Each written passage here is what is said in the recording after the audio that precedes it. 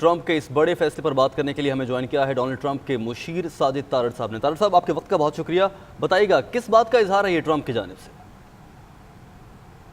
देखिए, प्रेसिडेंट साहब ने आज अपनी फ्रस्ट्रेशन का इजहार किया है कि जिस तरीके से तालिबान इसको हैंडल कर रहे थे, वहां पे ये नेगोशिएशन का हिस्सा था कि एक जो है वो टेम्परेरी सीज फायर किया जाए, लेकिन उसके बरक्स अमेरिकन एम्बेसी के बिल्कुल सामने इन्होंने अटैक किया, जिसमें 11 बंदे और बिलखसूस एक अमेरिकन सोल्जर उसमें मर गया।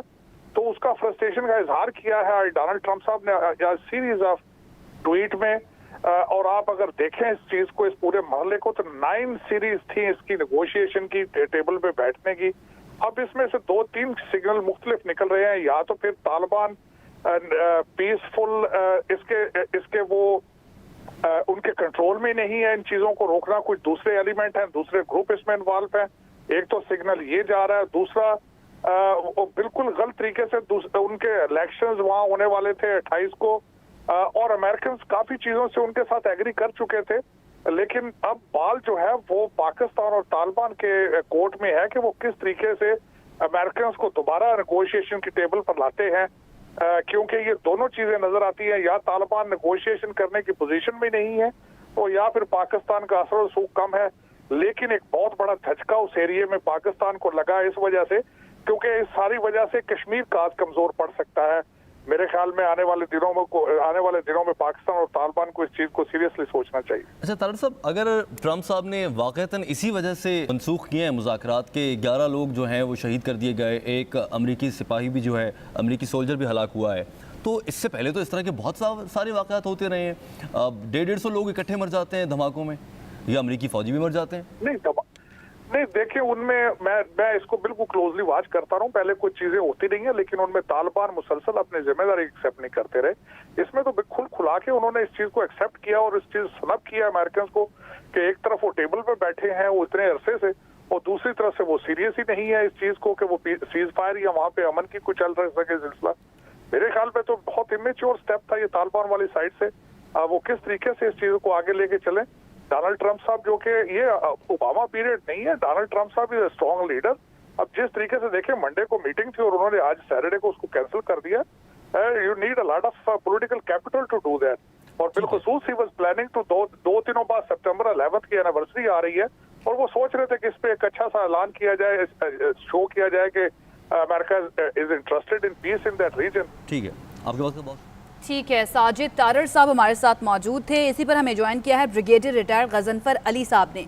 ब्रिगेडियर साहब, बहुत शुक्रिया आपके वक्त का। इंतहाई अहम डेवलपमेंट ये हुई है कि मुज़ाकरात को मनसूख कर दिया गया है, और साजिद तारड़ साहब ये कह रहे थे कि डोनाल्ड ट्रंप साहब ने अपनी फ्रस्ट्रेशन का इजहार किया है, लेकिन लगता ये है कि इसको सिर्फ वजह बनाया गया है ये मुज़ाकरात को मनसूख करने के लिए। क्या कहेंगे आप?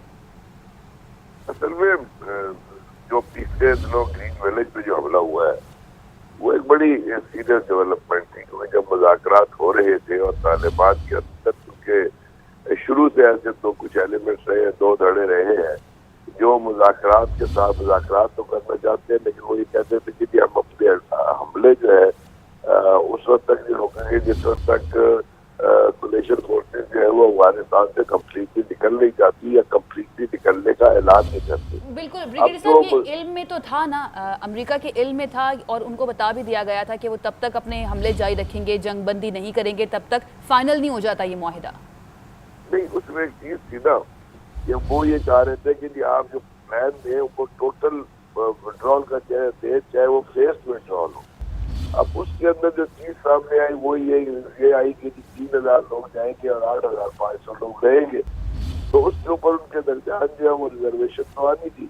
या तो वो कहते हैं कि 14,000 लोग लेके जाएंगे, चले आप विड्रॉल का प्लान देते तो आप उसको 2 साल पे, 1 साल पे, 1.5 साल पे एक्सटेंड कर देते। अच्छा ब्रिगेडियर साहब, ये फरमाइएगा कि अब पाकिस्तान इस सब पर कैसे रिएक्ट करेगा? गुज़श्ता रात ही वज़ीर ख़ारजा ने मुलाकात की है अफगान वज़ीर ख़ारजा से, चीनी वज़ीर ख़ारजा से, वहाँ पर वो बात कर रहे थे अफगान अमन अमल को आगे बढ़ाया जाएगा। सुबह ये खबर आ जाती है पाकिस्तान जो कोशिशें करता रहा है उसमें मैंने आपसे पहले किया था कि तालिबान का एक धड़ा था जो तमाम इन कोशिशों को सबोटाज करना चाहता था, क्योंकि उनके यहाँ जो कत्ल में उनके अपना स्पोक्स पर्सन थे सुहेल शाहीन साहब, उनके पास उनकी तरफ से जो बयान आता था, उसके बाद नबीउल्लाह मुजाहिद की तरफ से जो बयान आता था, उसके अंदर कोई ना कोई डिफरेंस पाया जाता था।